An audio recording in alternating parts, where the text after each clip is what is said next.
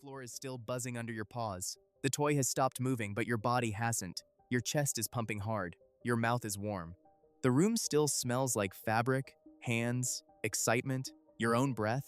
Your person is laughing, leaning in, reaching again, voice bright and fast, like the game might start all over in the next second. But something has changed. Not in the room, in you. Your muscles are still lit up. Your ears are full. Your skin feels too awake.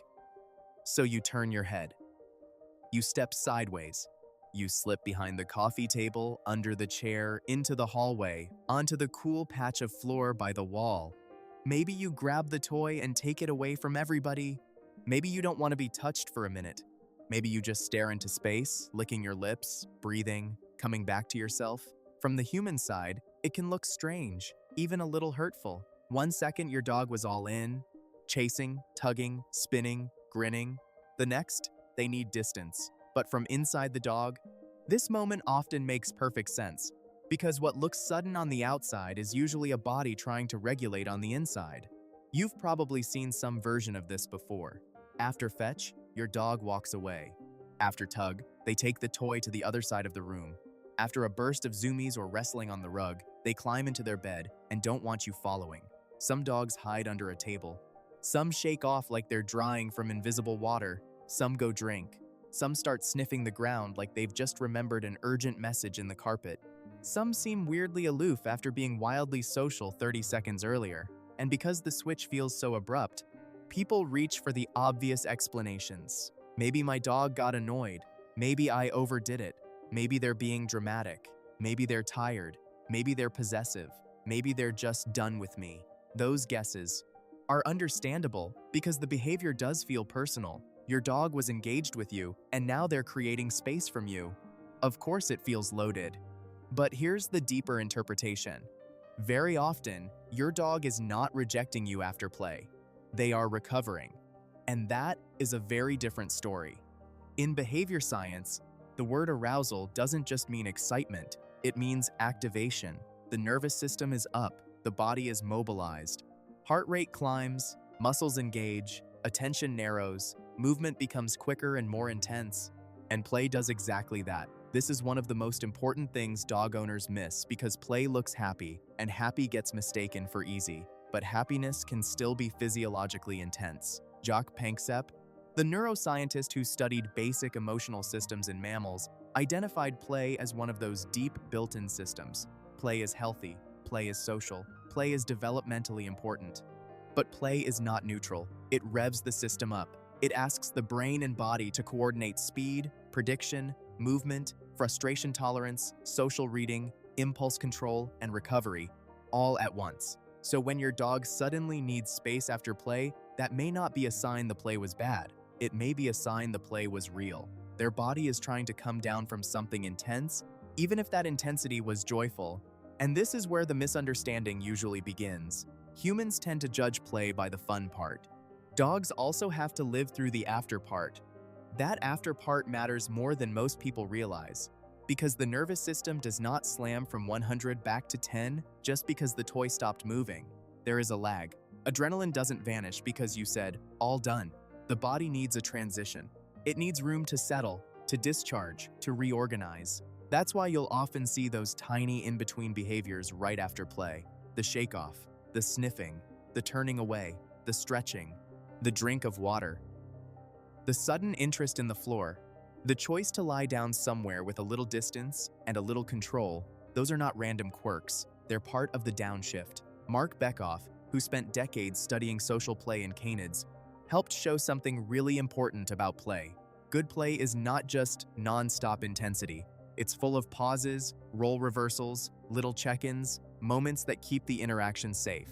In other words, play isn't healthy because it stays wild. It's healthy because the animals in it keep regulating the wildness. That matters in your living room too. The dog who steps away after play is often doing something socially smart. They are creating a pause before they get flooded. They are lowering the pressure before it tips from fun into too much. They are managing the interaction instead of losing themselves inside it, and that's a powerful reframe. What if your dog needing space after play is not a social failure? What if it's emotional skill? Because distance, in the dog world, is often communication. It is one of the cleanest ways dogs say, "That was enough for now," or "I need a second," or "I liked that, but my body needs to settle." Not dramatic, not rude, not stubborn, articulate. This is especially important because many dogs don't get into trouble for the loud signals. They get into trouble because their quiet ones were missed. A dog turns their head away after tug. The human laughs and reaches in for a hug. The dog walks off after fetch. The human follows to restart the game. The dog grabs the toy and moves to the corner. The human interprets that as defiance or attitude and keeps pushing contact. Now the dog's whisper didn't work, so the dog has to speak louder. They freeze, they stiffen, they hover over the toy, they show the whites of their eyes, they growl.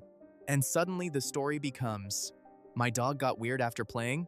But sometimes the growl wasn't the first message. It was the backup message. The first message was space. This is why the emotional meaning of the moment is so different from what it seems.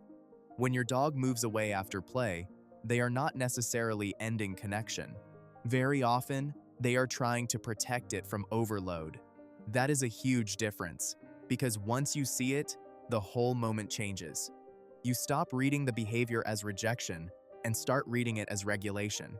You stop thinking, "Why are you pulling away from me?" and start thinking, "Your system is still lit up and you're trying to come back down." That shift alone can soften so much frustration. It can also soften guilt. A lot of loving dog owners feel bad when their dog suddenly disengages after what seemed like a fun, bonding moment. Especially rescue adopters, especially new puppy owners, especially people who are trying so hard to build trust and get worried every time the dog creates distance. But distance is not always the opposite of trust. Sometimes it's a sign of it. Researchers like Josef Topal and Adam McCloskey helped shape our understanding of attachment in dogs, including the idea that humans can function as a secure base. And one of the hallmarks of security in any attachment relationship is not constant contact. It's the freedom to move away and come back. A dog who feels safe with you does not always need to stay pressed against you after every exciting moment. Sometimes they can separate because the bond feels stable enough to hold that separation. That means the dog who trots off to the hallway after a game may not be saying, "I don't want you." They may be saying, "I know I can regulate myself here, and the relationship will still be here when I'm ready." That is not distance from the bond. That is trust inside the bond. Now, not every dog arrives at that moment from the same place. A well-adjusted adult dog might step away after play simply because their body needs a minute. A puppy might do it because puppies have immature nervous systems. They get overexcited fast, and once they tip over that line, their behavior can get messy fast too. What starts as playful can turn mouthy, frantic, disorganized, or crashy because they don't yet have great emotional breaks. A rescue dog might need space after play because play activates more than fun. It activates memory, unpredictability, closeness, movement, hands, noise, competition, past experiences around toys. Even the old feeling that arousal means something uncomfortable is coming next. So the exit is not a flaw, it's a strategy. And some dogs have learned a very specific lesson from life. When I'm wound up, I need an escape route. That learning history matters. If a dog has experienced people who ignored their small done signals, they may become abrupt about ending interaction. If a dog has been overhandled when excited, they may begin to avoid touch right after play. If a dog has a history of chaotic play with other dogs or rough children, their body may treat post-play distance as a form of self-protection, not because they are antisocial, because their nervous system has receipts. And then there's another layer people often miss. Sometimes your dog isn't moving away because the game itself was too much. Sometimes they're moving away because the transition out of the game is too much. For a lot of dogs, the hardest part is not the chase or the tug. It's the sudden hand reaching in, the looming body, the attempt to grab the collar, the extra petting when their system is still humming. Humans often add affection exactly when the dog most needs decompression. And affection is wonderful, unless it lands on a body that currently feels electrically sensitive. If you've ever had a great, loud, intense day and then needed silence in the car on the way home, you already understand the principle. Enjoyment and overstimulation can exist in the same hour. that doesn't make the experience bad. It makes the organism real. Dogs are real in exactly that way. This is also where body language becomes your best translator. If your dog needs space after play in a healthy, everyday way, the signals often look like soft recovery. They move away but not in panic. They choose a resting spot. They shake off. They drink. They settle. Later, they reconnect. Their body loosens again. They're not avoiding life, they're resetting. But there's a contrast worth noticing. If the need for space is becoming more intense, more sudden, or more defensive, pay attention. If your dog used to enjoy play and now consistently hides afterward, that matters. If they become stiff when approached after games, that matters. If they only do this after one specific kind of play, that matters. If they start avoiding touch on one side of the body, yelp when turning, or seem more irritable after movement, that matters. If their recovery time is getting longer, or their eyes look hard instead of soft, or you see heavy panting, lip licking, whale eye, freezing, or a fast escalation to growling, that matters. Not because you should panic, because behavior changes are information. Sometimes the information is simple. This game is too intense, too long, too unpredictable, or too competitive for this dog right now. Sometimes the information is deeper. The dog is carrying pain, fatigue, frustration, sensory overload, conflict around toys, or an emotional history that makes arousal harder to process. This is especially worth noticing in older dogs, dogs with recent behavior changes, and dogs who seem fine during play but different the moment the movement stops. A body in discomfort can stay engaged while adrenaline is high, then reveal the problem in the quiet aftermath. And that's one of the most important distinctions in dog behavior. The truth is not always in the peak of the moment. Sometimes it's in the recovery. What happens after the fun often tells you more than the fun itself. So watch the transition.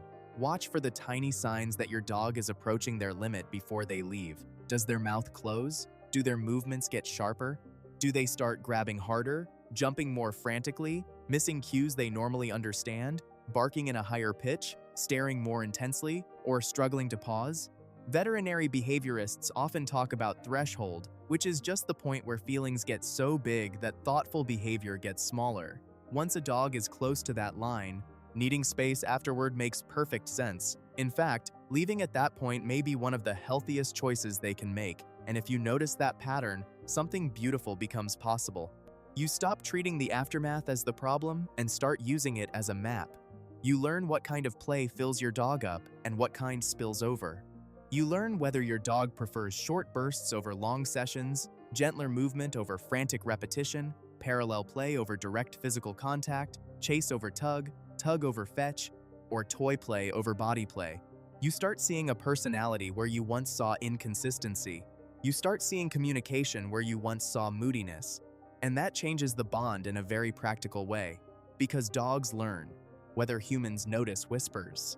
If every small request for space gets respected, the dog doesn't have to escalate. If every pause gets treated as defiance, the dog learns that only big signals work. That means a lot of the peace people want with their dogs is built in very ordinary moments like this one, not in some dramatic breakthrough.